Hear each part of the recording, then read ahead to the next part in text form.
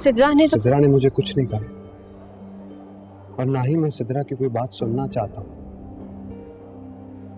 मगर इतना जानता हूं कि तुमने खुद हट के सिद्रा को आने का मौका दिया।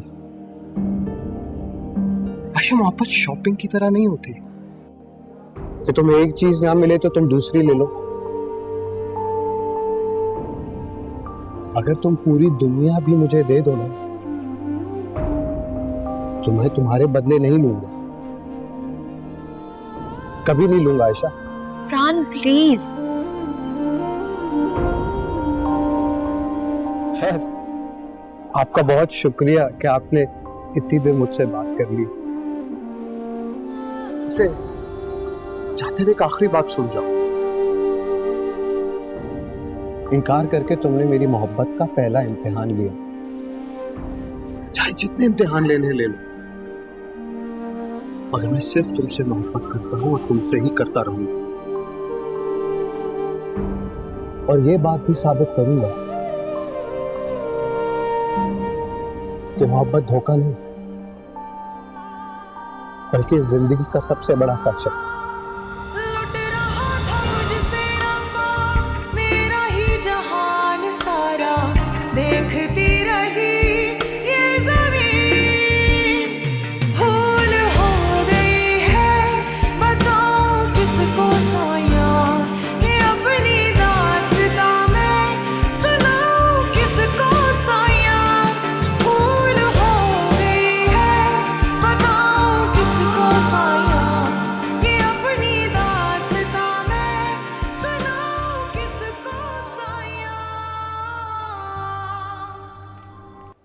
अगर वो तुम्हारा रिश्ता इनकार कर चुके हैं तो फिर भी आयशा के पीछे क्यों पड़े हो?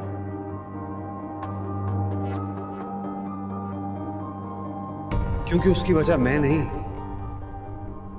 तुम हो।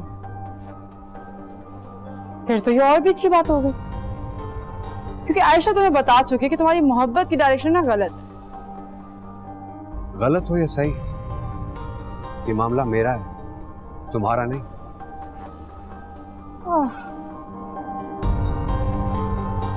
वैसे अगर तुम उससे सच्ची मोहब्बत करते हो ना तो तुम्हें उसके फैसले का ना एहतराम करना चाहिए। आफ्टर ऑल उसने तुम्हारे लिए मुझे चुना। एक बात सुन लो सर, अगर इस पूरी दुनिया में तुम आखिरी लड़की भी हुई ना तो मैं तुमसे शादी नहीं करूंगा। तुमने आयशा से कुछ नहीं छीना, तुमने असल में मुझसे छीना। और अव्वल तो मैं किसी को अपनी कोई चीज छीनने नहीं देता, और अगर वक्ती तौर पे कोई चीज मुझसे छीन भी जाए तो मैं अपनी चीज लेना बखूबी जानता हूं। ये वक्त तुम्हें बता देगा।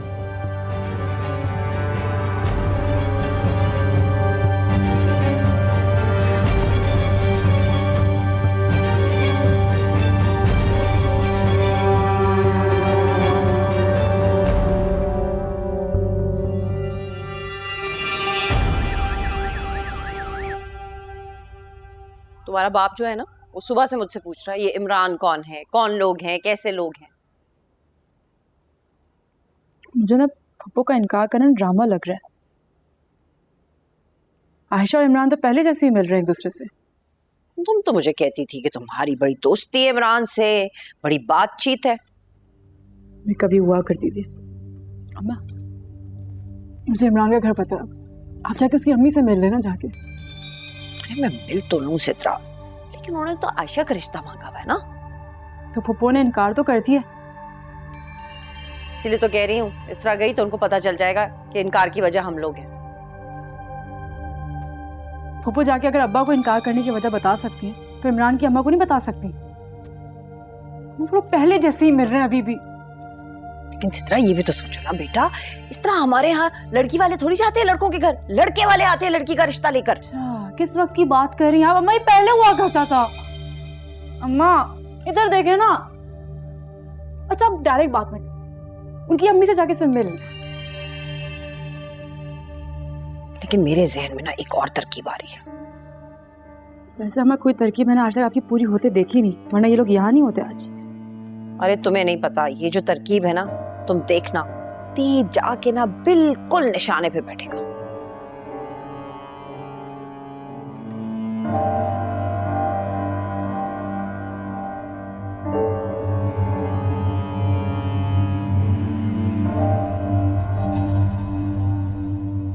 राशिद, आप किसी डॉक्टर को क्यों नहीं दिखाते हैं? क्यों? क्या हो गया मुझे? खुदा ना करे कि आपको कुछ हो, हर वक्त सोचते रहते हैं। इतना ज्यादा सोचना जो है ना वो सेहत पे असर करता है। अब सोच पर किसी का जोर थोड़ी है। वो मैं सोच रही थी कि मैं जरा एमन की तरफ चक्कर लगा लूं। क्यों? देखिए ना राशिद, जो कुछ होना था हो चुका है। मैं नहीं चाहती कि अब ये पुरानी बातें जो हैं वो हमारे बच्चों पे असरअंदाज हों।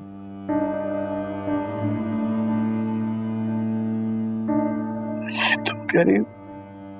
हाँ ना राशिद, आपको क्या लगता है कि ये बातें सिर्फ आप सोचते हैं? चाहती हो मेरा सबसे बड़ा दुख क्या है? तुम समझती हो कि एमन ने जो कुछ भी किया मैंने उसे कबूल कर लिया? नहीं, ऐसा नहीं है शबाना। हम अपनी जिंदगी गुजार चुके हैं। अम्मी अबू के मरने के बाद एमन मेरा फर्ज है, मेरी जिम्मेदारी है। आखिर मरने के बाद मैंने अल्लाह को मुंह भी दिखाना। तो आप ठीक कह रहे हैं, लेकिन आप इतना ज्यादा सोचा ना करें ना इसके बारे में। शबाना, ये काम सिर्फ तुम कर सकती हो, सिर्फ तुम, क्योंकि तुम्हारे और एमन के दिलों में फासले हैं बस। मैं सोची थी राशिद, इसको करने का एक और भी बहुत अच्छा तरीका है। वो क्या? वो अगर हम राहिम और आयशा की शादी कर दें तो। हाँ, कोई गलत बात तो नहीं कर रही ना मैं? राहिम और आयशा की शादी?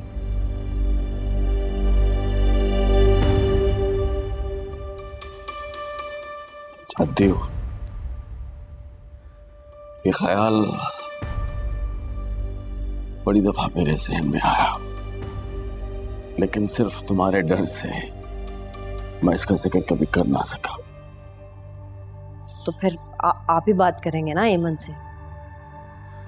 नहीं शबाना, ये इतना आसान नहीं है। पिछले 25 साल में जो कुछ भी हुआ है इतना आसान नहीं है। राशिद, आसान हो जाएगा अगर आप बात करेंगे। देखिए, अगर मैं सब कुछ भुला रही हूँ तो थोड़ा कुछ तो एमन को भी भुलाना पड़ेगा ना। मेरी समझ में नहीं आ रहा कि तुम अब ये क्यों कर रहे हो। चलिए, बस अब आप मेरी नीयत पे शक करना शुरू कर दें। नहीं, मुझे तुम्हारी नीयत पे शक नहीं है। मुझे तो सिर्फ हैरानगी हो रही है। हैरान हूं मैं।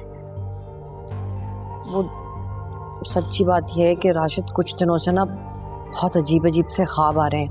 अम्मी के साथ मैंने एक बुजुर्ग को देखा है, यानी ख्वाब में कहते रहते हैं हाथ पकड़ लो, हाथ पकड़ लो। मेरे तो दिल में खौफ बैठ गया है। शबाना, अल्लाह माफी मांगने वालों को पसंद करता है। वो गफूर है, रहीम है, माफ करने वाला है। तुम यकीन करो, अगर ऐसा हो जाए जैसा तुम कह रही हो, सोच रही हो, तो मेरे माँ बाप की रूह को सुकून मिलेगा। ठीक है, तो फिर मैं ठीक कह रही हूँ ना। आप एमन से बात कर लीजिए, और उसको इस घर में वापस लाने के लिए मैं कुछ भी करने के लिए तैयार हूँ। ये तो तुम मुझ पे बहुत बड़ा एहसान करोगी अगर एमन वापस आ जाए। नहीं, एहसान की क्या बात है राशिद। आप यकीन जाने, ये सब कुछ मैं अपने लिए नहीं कर रही, आपकी खातिर और अपने बच्चों की खातिर कर रही हूँ। अल्लाह तुम्हारी जुबान मुबारक।